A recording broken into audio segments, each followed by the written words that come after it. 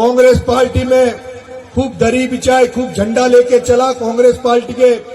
नेताओं के खूब नारे लगाए। लेकिन उस कांग्रेस पार्टी में, जिस कांग्रेस पार्टी को हम लोग जो आदिवासी समाज, जिस मीणा समाज से मैं आता हूं, वो मीणा समाज, वो आदिवासी समाज, जिस कांग्रेस को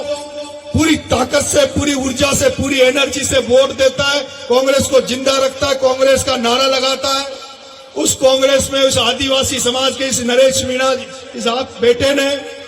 पहले 2018 में टिकट मांगा, फिर 2023 में लोकसभा का टिकट मांगा, फिर 2024 में विधानसभा देवली उनियारा का टिकट मांगा। लेकिन पता नहीं उस कांग्रेस को इस नरेश मीणा में क्या कमी नजर आती है, इस आदिवासी बच्चे में क्या कमी नजर आती है, जिस आदिवासी इस नरेश मीणा को निर्दलीय के रूप में छपरा में 44,000 वोट वहां की जनता ने दिए, जिस नरेश मीणा को वहां से अपने जिले से 400 किलोमीटर दूर टोंक जिले की देवली उनियारा की जनता ने 60,000 वोट दिए, और उस कांग्रेस पार्टी ने जिसको टिकट दिया उसके जमानत जब्त करवाई, 30,000 वोट दिए। लेकिन पता नहीं उस कांग्रेस में क्या कमी नजर आती है नरेश मीणा में। लेकिन उसके बाद कई बार टिकट मांगा, कई बार हुआ, और जब लगा कि नरेश मीणा जब छात्र राजनीति से आया, जिस राजस्थान विश्वविद्यालय में जिस छात्र राजनीति में नरेश मीणा उतरा, उस छात्र राजनीति में भी आपको शायद ध्यान होगा, इसी झुंझुनू का एक बेटा अंकित धायल निर्दलीय चुनाव लड़ा, तो उस अंकित धायल को अध्यक्ष बनाने में अगर किसी का योगदान तो आपके बेटे नरेश मीणा का था। राजस्थान विश्वविद्यालय में ज्यादातर छात्र नेता जो निकल कर आए हैं, वो सारे छात्र नेता आप ही इस एरिया से आए, चाहे रणवीर जी भाई साहब हो, चाहे राजकुमार जी शर्मा हो, राजेंद्र जी गुडा साहब तो विश्वविद्यालय का अध्यक्ष नहीं बने, लेकिन अगर रणवीर जी गुडा विश्वविद्यालय के अध्यक्ष बने तो उसमें भी कहीं न कहीं सबसे बड़ा मार्गदर्शन था, आशीर्वाद था, तो भाई साहब राजेंद्र जी गुडा का था। मेरे प्यारे भाइयों, पिछले जो दोनों चुनाव लड़े, जब पार्टियों में भरोसा उठ गया, नेताओं की दरी उठा के झंडा उठाते उठाते भरोसा उठ गया, तब सोचा कि नरेश मीणा अगर तुझे तो कोई मौका देगा तो ये जनता जनार्दन देगी, जनता के बीच चला जा, जनता को याद दिला कि जनता के पास जाकर उनको जगा, उनको पता कि किस तरह की राजस्थान में राजनीति होनी चाहिए। और इसीलिए उन पार्टियों का झंडा छोड़कर, उन पार्टियों के नेताओं को छोड़कर आपका ये बेटा नरेश मीणा भगत सिंह की फोटो लेकर, भगत सिंह के इंकलाब के नारे को लेकर छपरा की धरती पर उतर गया, और उसके बाद देवली उनियारा की धरती पर उतर गया। उस भगत सिंह की फोटो लेकर जिसने इस भारत में इंकलाब का नारा दिया, जिसने क्रांति, इस भारत में क्रांति को पैदा किया। कल एक परसों में एक बहुत बड़े नेता से मिला, मैंने कहा भाई साहब राजस्थान की राजनीति को बदलना चाहता हूं। राजस्थान में जिस तरह से दलीय राजनीति हो रही है, जिस तरह से पैसों की राजनीति हो रही है, जिस तरह की वंशवाद की राजनीति हो रही है, भाई साहब उस राजस्थान की राजनीति को बदलना चाहता हूं। उस नेता ने कहा ये भारत की संस्कृति रिवोल्यूशन की नहीं है, भारत की धरती क्रांति की नहीं है, भारत की धरती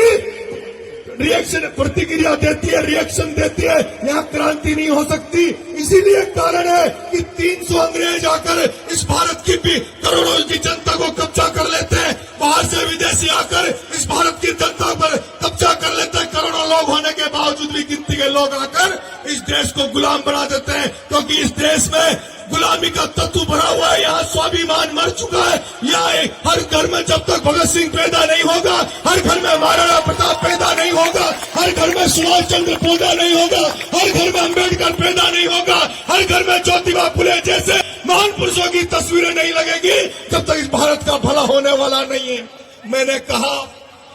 भाई साहब राजस्थान विश्वविद्यालय में ये आपका छोटा भाई जब 12 से हाड़ौती से चलकर, उस हाड़ौती से जिसके पहले नरेश मीणा के पहले कोई जयपुर में पढ़ने नहीं जाता था, उस 12 से जो देर दक्षिण में दूर दराज का क्षेत्र है, जहाँ शिक्षा नहीं है, जहाँ कुछ नहीं है, वहां से आकर जब नरेश मीणा राजस्थान विश्वविद्यालय की राजनीति को बदल सकता है, राजस्थान विश्वविद्यालय में जो लोगों को प्रतिनिधित्व नहीं मिल रहा था, जिन किसानों को, बच्चों को प्रतिनिधित्व नहीं मिल रहा था, उनको प्रतिनिधित्व दिला सकता है, तो जब नरेश मीणा राजस्थान विश्वविद्यालय का बिना अध्यक्ष बने, राजस्थान विश्वविद्यालय में जहां पढ़े लिखे बच्चे आते हैं, राजस्थान के सबसे अच्छे बच्चे वहां पढ़ने आते हैं, जब उनमें 20 साल राजनीति कर सकता है, तो ये जो राजस्थान की विधानसभा है, ये जो 200 राजस्थान की विधानसभा में एमएलए बैठते हैं, इनमें तो 5-10 लोग ही पढ़े लिखे, 5-10 लोग ही लड़ने वाले हैं। बाकी 190 एमएलए तो ऐसे लोग हैं जिनको ना तो बोलना आता है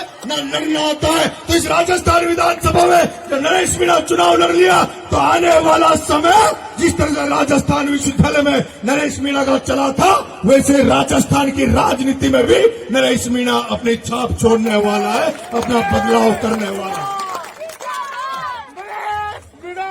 मेरे भाइयों, छात्र राजनीति से निकल कर आया हूं, और जब छात्र राजनीति से निकल कर आया हूं तो पढ़ने का शौक है, किताबें पढ़ता हूं, महान पुरुषों को देखता हूं, महान पुरुषों को पढ़ता हूं। और विशेष रूप से जब भगत सिंह को पढ़ता हूं, तो भगत सिंह 23 साल का एक बच्चा, भगत सिंह 23 साल का बच्चा इंकलाब का नारा देता हुआ जब फांसी के फंदे में हंस हंस के चढ़ जाता है, फांसी के फंदे को चूम लेता है कि मेरा देश आजाद होगा, मेरे देश में हिंदू मुस्लिम सिख ईसाई का भाई भाई का नारा चलेगा, मेरा देश सामाजिक एकता में बंधेगा। ये भारत सामाजिक एकता के माध्यम से पूरे विश्व में अपना नाम करेगा। लेकिन वो भगत सिंह का सपना आज अधूरा है, वो भगत सिंह का सपना अधूरा है, वो सुभाष चंद्र बोस का सपना अधूरा है। चंद्रशेखर आजाद ने इसलिए इस देश के लिए खुद को गोली नहीं मारी थी कि इस देश में एक समय ऐसा आएगा जब नारे लगेंगे कि बटोगे तो कटोगे, एक रहोगे तो सेफ रहोगे। मैं पूछना चाहता हूं, भारत में ये नारे किसके लिए लगाए जा रहे हैं? इस भारत को जो लोग भारत माता की जय कहते हैं, वंदे मातरम का नारा लगाते हैं, जो राष्ट्रवाद की बात करते हैं, वही लोग इस भारत में जब ये नारा लगाते हैं कि बटोगे तो कटोगे, वो लोग किसी को सेफ नहीं कर रहे और इस भारत माँ को खोखला कर रहे हैं। इस भारत माँ को खत्म करने का काम वो लोग कर रहे हैं।